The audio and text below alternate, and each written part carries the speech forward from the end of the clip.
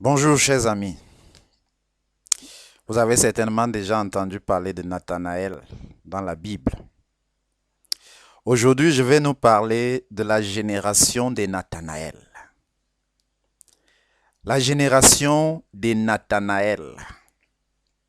Nous lisons dans Jean chapitre 1 verset 47. Ce sont les paroles de notre Seigneur Jésus. Il est écrit: Jésus voyant venir à lui Nathanaël, dit de lui: Voici vraiment un Israélite dans lequel il n'y a point de fraude. Voici vraiment un Israélite dans lequel il n'y a point de fraude. Voici les paroles du Seigneur Jésus. Celui qui connaît chaque cœur. Il connaît chaque personne au-delà de son CV.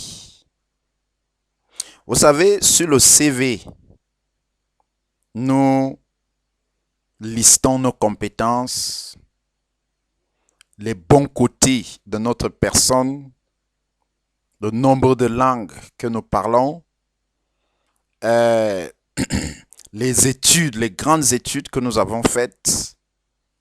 L'objectif est de dire à l'employeur que nous sommes la personne qu'il faut. Mais le Seigneur, lui, voit au-delà de ce que nous disons, au-delà de ce que nous pensons. Jésus voyait Nathanaël pour la première fois. Et il a dit de lui: voici vraiment, véritablement, sincèrement, voici un Israélite dans lequel il n'y a pas de fraude. Voici un Camerounais en qui il n'y a pas de corruption. Voici un Camerounais injuste. Voici un Tchadien digne de confiance. Voici un Équato-Guinéen à qui vous pouvez confier votre argent sans avoir d'inquiétude. Chers amis, la société dans laquelle nous vivons, c'est la société qu'a prédite Paul, n'est-ce pas, dans la prophétie qui se trouve dans 2 Timothée chapitre 3 verset 1 à 4. Il est écrit: Sache donc que dans les derniers temps, il y aura des temps difficiles. Car les hommes seront égoïstes, amis de l'argent, fanfarons, hautains, blasphémateurs, rebelles à leurs parents, ingrats, irréligieux, insensibles, déloyaux, calomniateurs, intempérants, cruels, ennemis des gens de bien, traîtres, emportés, enflés d'orgueil, aimant le plaisir plus que Dieu, ayant l'apparence de la piété, mais reniant ce qui en fait la force. Et chacun de nous peut voir comment notre société est remplie des hommes et des femmes corrompus.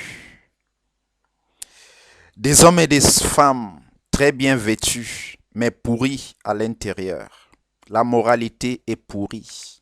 Des hommes et des femmes beaux et belles, très bien éduqués, n'est-ce pas, qui roulent dans des belles voitures, mais dont la moralité est à revoir.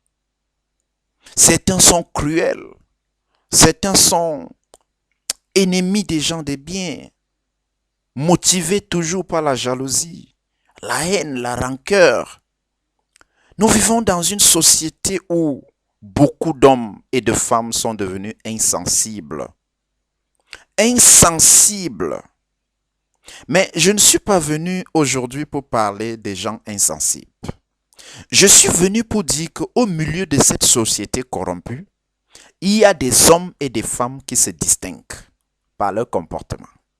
Et Jésus a repéré une personne, une de ces personnes en Israël, en la personne de Nathanaël.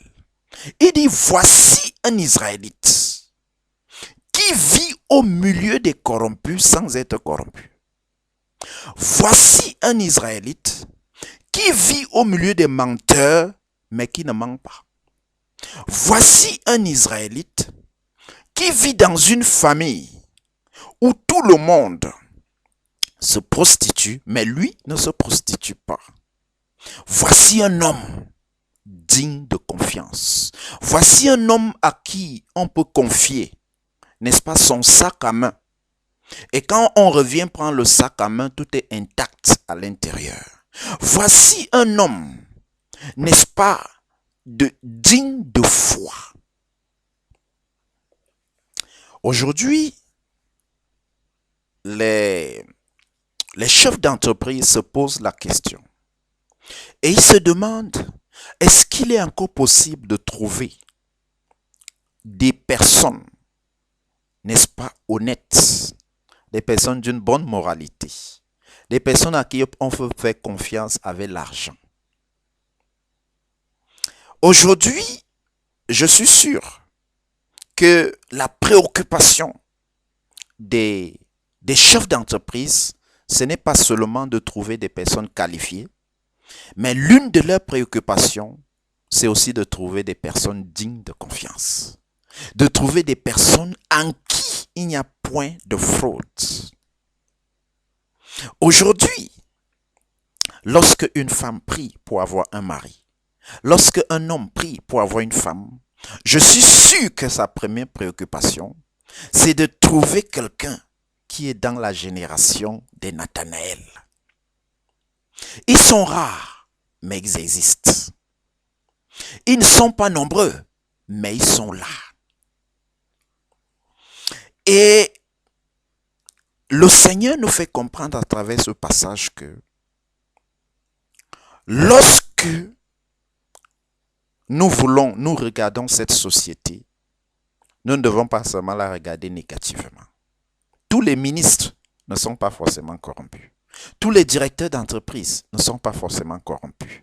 Tout le monde n'a pas forcément construit sa maison avec l'argent détourné des fonds publics. Non, ce n'est pas possible. Si tel est le cas, ça veut dire qu'il n'y a plus aucun espoir de justice sur la terre. Mais il y a des gens qui ont inscrit leur nom dans la génération des Nathanaël. Il y a des Nathanaël dans les bureaux publics. Il y a des Nathanaël dans des hôpitaux qui peuvent encore prendre soin d'un malade, même si le malade n'a pas encore payé l'ordonnance. Il y a des gens encore dans notre société qui ont le cœur. Ils ne sont pas devenus insensibles. Il y a la crainte de Dieu en eux. Et lorsque vous voulez faire quelque chose, rappelez-vous qu'il y a des Nathanaël dans cette société. Vous pouvez prier en disant, Seigneur, conduis-moi vers ces Nathanaël qui vont, n'est-ce pas, me servir sans revendiquer quelque chose. Il y a des policiers qui sont dans la génération Nathanaël. C'est une erreur de penser que tous les policiers sont corrompus. C'est une erreur de penser que tous les douaniers sont corrompus. C'est une erreur de penser que tous ceux-là qui travaillent aux impôts sont corrompus.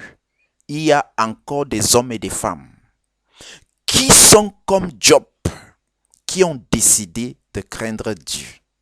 Alors, ne regardons pas notre avenir de façon sombre. Ne nous disons pas que non, si je n'ai pas l'argent, je ne peux pas réussir un concours. Parce que Dieu agit encore à travers certains Nathanaël qui sont dans notre société. Vous aussi, vous pouvez vous inscrire dans cette génération des Nathanaël. Vous pouvez décider de vous démarquer par votre manière de faire. Vous pouvez décider de vous démarquer comme ce Nathanaël. Le fait que vous viviez au milieu des gens qui se comportent d'une certaine manière ne vous oblige pas à vous comporter comme eux. Vous pouvez vous distinguer. Et Dieu pourra vous pointer du doigt en disant, dans cette famille, voici vraiment une personne qui se distingue. en disant, dans cette entreprise, si vous cherchez un homme honnête, si vous cherchez une femme honnête, voici la personne. Il y a des personnes, n'est-ce pas, dont Dieu lui-même peut prendre la défense. Lorsqu'on les accuse à tort, Dieu peut dire, ça, ce n'est pas vrai, ce qu'on dit de telle personne. La génération des Nathanaël. Vous pouvez devenir un Nathanaël dans votre famille. Vous pouvez devenir un Nathanaël dans votre lieu de travail. Vous pouvez vous distinguer, même si cela va provoquer, n'est-ce pas, la méchanceté et les calomnies des autres. Vous pouvez choisir d'être différent.